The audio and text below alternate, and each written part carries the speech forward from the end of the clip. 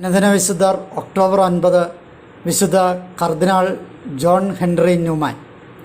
19-ാമത്തെ നൂറ്റാണ്ടിലെ ഒരു ക്രിസ്തീയ പണ്ഡിതനായിരുന്ന ജോൺ ഹെൻറി ന്യൂമാൻ ലണ്ടനിൽ 1801 ജനിച്ചത്.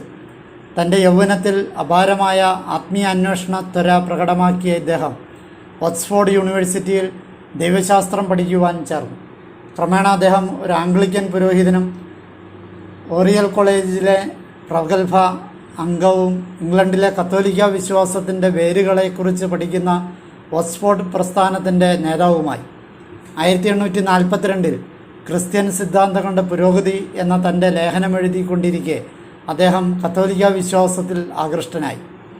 1845 അദ്ദേഹം കത്തോലിക്ക സഭയിൽ ചേരുകയും 1847 ജൂൺ 1 റോമിൽ വെച്ച് കത്തോലിക്ക പൗരോഹിത്യം സ്വീകരിക്കുകയും ചെയ്തു. പൗരോഹിത്യ സ്വീകരണത്തെ തുടർന്ന് പിയൂസ് 9 മാർപ്പാപ്പയുടെ പ്രോത്സാഹനത്തോടെ വിശുദ്ധ ഫിലിപ്പ് നേരിയുടെ നാമത്തിൽ ഇംഗ്ലണ്ടിൽ ഒരു മതപ്രഘോഷണ സംഘം സ്ഥാപിച്ചു.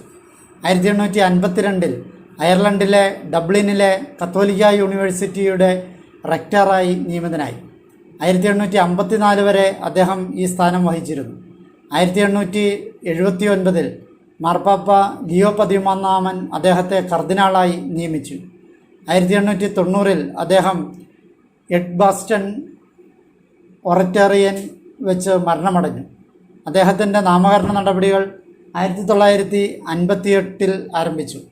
നട്ടെല്ലിൽ രോഗം ബാധിച്ച ഡീൻ ജാക്ക് സുള്ളിവൻ എന്നയാളുടെ രോഗം കർദിനാൾ ന്യൂമാൻ്റെ അത്ഭുതകരമായ മാധ്യസ്ഥം നിമിത്തം ഭേദമായത് ബെനഡിക്റ്റ് 16 മാർപ്പാപ്പ 2009 ജൂലൈയിൽ അംഗീകരിച്ചു.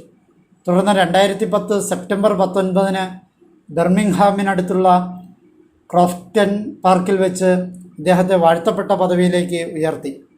പരിഷ്കൃത സമൂഹത്തിന് മുന്നിൽ ക്രിസ്തുവിനെ വെളിപ്പെടുത്തുന്നതിൽ വഹിച്ച പങ്കിനെപ്പറ്റി മാത്രമല്ല, പാവപ്പെട്ടവരോടും രോഗികളോടും തടവറകളിൽ കഴിയുന്നവരോടും ഇദ്ദേഹം കാണിച്ച കരുണയും മാർപ്പാപ്പ പ്രത്യേക ശ്രദ്ധയ്ക്ക് കാരണമായി.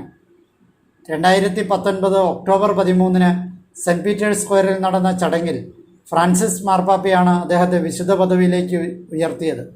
അദ്ദേഹത്തിൻ്റെ നാമഹേതുക തിരുനാൾ ഇംഗ്ലണ്ടിലും വെയിൽസിലും പ്രത്യേകമായി ആഘോഷിക്കുന്നുണ്ട്.